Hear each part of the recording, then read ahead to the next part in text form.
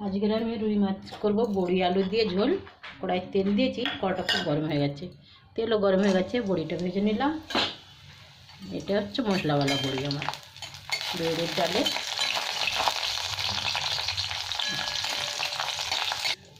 এখানে বড়িটা ভাজা হয়ে গেছে, উঠিয়ে নিলাম, লাল লাল করে ভেজে নিয়েছি। এবার আমি মাছগুলো ভাজবো এই তেলে। মাছটা আমার ছোটো রুই মাছ তো,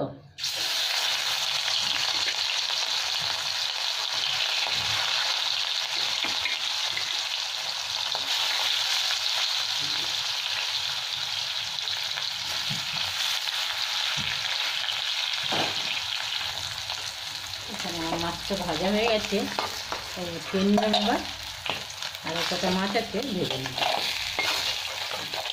একটু তেলও দিতে হবে কড়ায়, তেল কমে গেছে। এই তেলটা একটু গরম হোক, তারপরে মাছগুলো ভেজে নেবো আমি।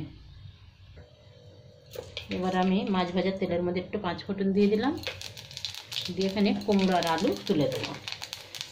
মশলাটা একটু ভাজা হলে, মশলাটা ভাজা হয়ে গেছে, এবার কুমড়ো আলু তুলে দিচ্ছি।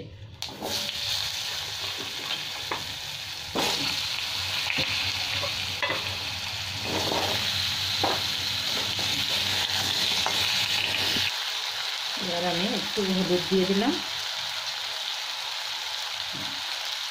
সাথে একটু লঙ্কার গুঁড়ো,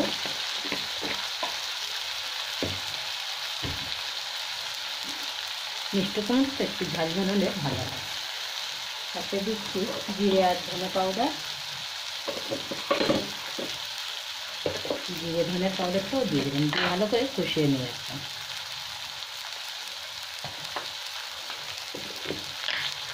ধনে পাউডার দিয়েছি, এবার দিলাম জিরে পাউডার।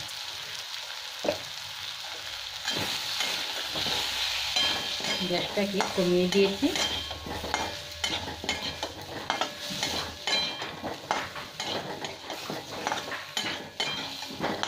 এবার আমি একটা টমেটো দিয়ে দিলাম। আরও 2-3 মিনিট ভালো করে কষে নেব।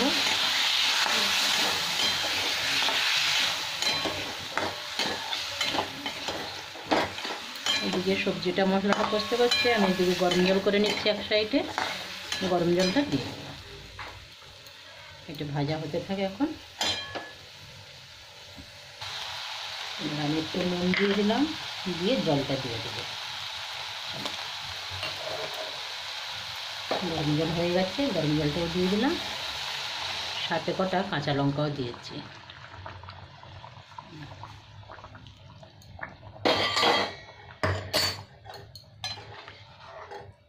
এই ঝোলটা ফুটে গেলেই তারপরে আমি মাছগুলো তুলে দেবো, দিলেই হয়ে যাবে আমার মাছের ঝোল বড়ি কুমড়ো। এখানে আমার কুমড়ো আলু সেদ্ধ হয়ে গেছে, এবার আমি মাছগুলো তুলে দিলাম সব। আচ্ছা, সাথে বড়িগুলোও দিয়ে দিচ্ছি।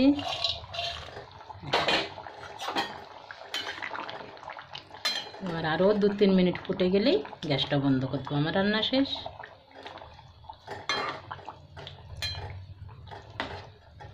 আলুগুলো ভালো সেদ্ধ হয়ে গেছে, কুমড়ো সেদ্ধ, নুন লঙ্কা সব ঠিক আছে।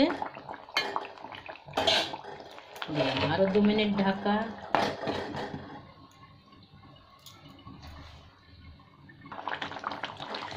আমার ঝোলটা ঠিক আছে, একদম ফুটেও গেছে 2-3 মিনিট।